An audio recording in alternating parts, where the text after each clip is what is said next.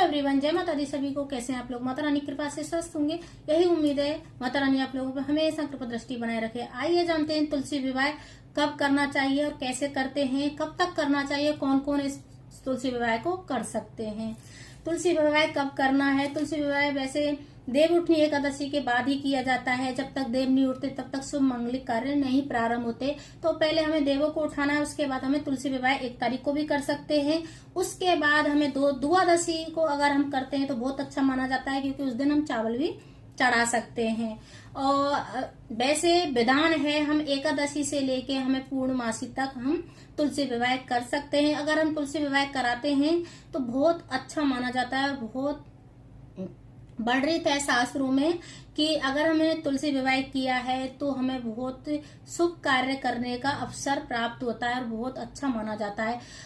ये तुलसी विवाह कुंवारी कन्या भी करा सकती हैं, विधवा औरत भी करा सकती हैं। ऐसा बात नहीं है कि हर सुहागिन लेडी जी कर सकते हैं। अगर कुंवारी कन्याओं को तुलसी विवाह कराना है तो उनको जैसे सिंदूर दान नहीं करना है, कोई सुहागिन स्त्री से ही सिंदूर दान करा देना है। क्योंकि अगर कुंवारी कन्या तुलसी विवाह कराती है तो मनवांचित फल प्राप्त होता है।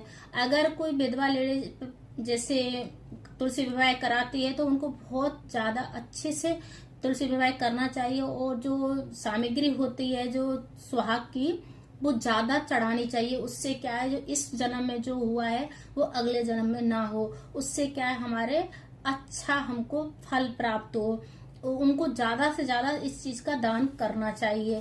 ऐसा नहीं वर्णित है कहीं भी शास्त्र में कि विधवा औरत तुलसी विवाह नहीं करा सकती है। करा सकती है, इस जन्म को सुधार के अपने अगले जन्म को सुधार सकती है, जिससे उनकी कामना पूरी हो जाए। फिर आता है कि तुलसी विवाह का शुभ मुहूर्त कितने बजे से है। तुलसी विवाह का शुभ मुहूर्त 5:30 बजे से लेके 6:30 बजे से है। तो इस बीच मतलब 5:15 से प्रारंभ हो रहा है, 6:30 बजे तक है, 6:50 तक। इस बीच में आप तुलसी विवाह कर सकते हैं द्वादशी के दिन। तो फिर मेन चीज होता है कि हमें तुलसी विवाह में करना क्या होता है। तो जैसे हमें जो गेरू आता है, या हमें पहले हल्दी से लीपन करना है, छत पे करा सकते हैं या जैसे घर में भी करा सकते हैं या मंदिर में भी करा सकते हैं तुलसी विवाह। तो सबसे मेन चीज होता है, हमें मध्यम वर्ग की तुलसी होनी चाहिए जिसपे मंजरी आ रही हो। ऐसी हमें तुलसी बिल्कुल छोटी नहीं लेनी है, बिल्कुल बड़ी भी नहीं लेनी है, तो मध्यम वर्ग की लेनी है। फिर हमें उनका विवाह कराना है। पहले हमें हल्दी से लीपन करना है, या गेरू होता है उससे लीपन करना है। फिर हमें गन्ने का मंडप बनाना होता है, बहुत अच्छा माना जाता है गन्ने का जो मंडप बनाते हैं। फिर उसके बाद में हमें लाल रंग का जो पटला होता है वो माता तुलसी के लिए होता है, और जो पीले रंग का जो पटला होता है वो जो शालिग्राम भगवान के लिए होता है। अगर आपके पास शालिग्राम भगवान है तो अच्छा है, अगर नहीं किसी से मांग के भी ले सकते हैं। अगर वो भी चीज नहीं है तो भगवान विष्णु की जो भी प्रतिमा है आपके पास, उसको रख के आप तुलसी विवाह करा सकते हैं। फिर आता है कि सबसे पहले हल्दी से ही प्रारंभ होती है शादी, तो ये सब लोग जानते हैं। तो हमें हल्दी कच्चे दूध में मिला के मिक्स करके हमें विष्णु भगवान को 7 बार लगानी है। फिर तुलसी माता को हमें हल्दी लगानी है। फिर मेहंदी की रस्म करनी है, विष्णु भगवान को लगानी है और माता तुलसी को लगानी है। उसके बाद हमें ये हो गया। फिर उसके बाद हमें उनको वस्त्र पहनाना है, जैसे लाल चुनरी पहनानी है, और उनका माता को दुल्हन की तरह हमें श्रृंगार करना है। वो मतलब सबसे सिंदूर और जो मंगलसूत्र होता है उसको नहीं पहनाना है, बाद में पहनाना है। जब भगवान विष्णु के फेरे पड़ जाते हैं उसके बाद आपको ये रस्म करनी होती है। फिर उसके बाद में हमें जयमाला की रस्म करनी होती है, जैसे माला पहना देनी है। फिर उसके बाद में हमें जैसे जो गठबंधन होता है वो करना है। माता तुलसी का जो रेड कलर की दुपट्टा होता है उससे, और जो भगवान शालिग्राम का पीले कलर का जो दुपट्टा होता है उससे गठबंधन करना है। उसमें एक सिक्का जरूर रखना है जब गठबंधन करना है।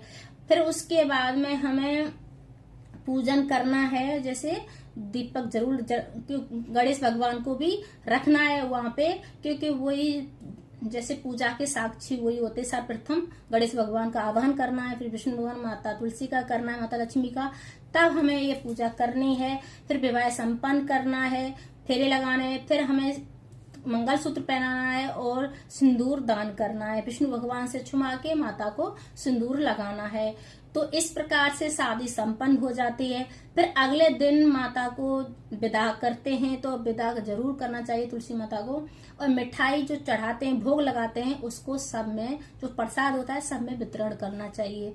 इस प्रकार से तुलसी विवाह होता है। सिर्फ नॉर्मल है, जो श्रृंगार की चीजें, 16 श्रृंगार भी चढ़ा सकते हैं, 7 भी चढ़ा सकते हैं, 5 भी ला सकते हैं, जैसे जिसकी सामर्थ्य के अनुसार कर सकते हैं। अब आता है कि तुलसी विवाह कौन कौन इंसान कर सकता है। जिसने कार्तिक मास में पूरे महीने तुलसी की पूजा की है वो कर सकता है, या 12 मास करता है वो भी तुलसी माता की तुलसी विवाह कर सकता है। वो हकदार होता है, तुलसी माता का विवाह कराने के योग्य होता है।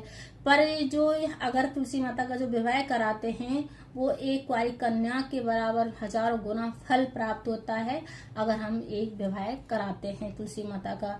तो वैसे बहुत अच्छा माना जाता है। और ये तुलसी विवाह हम सबसे मेन ये है कि जो एकादशी से लेके पूर्णमासी तक हम ये विवाह करा सकते हैं। तो अगर मेरी वीडियो अच्छी लगे तो लाइक करें, शेयर करें। हरि विष्णु हरि और जय लक्ष्मी माता जरूर लिखें कमेंट में, और ज्यादा वीडियो फॉरवर्ड करें। जय माता दी सभी को।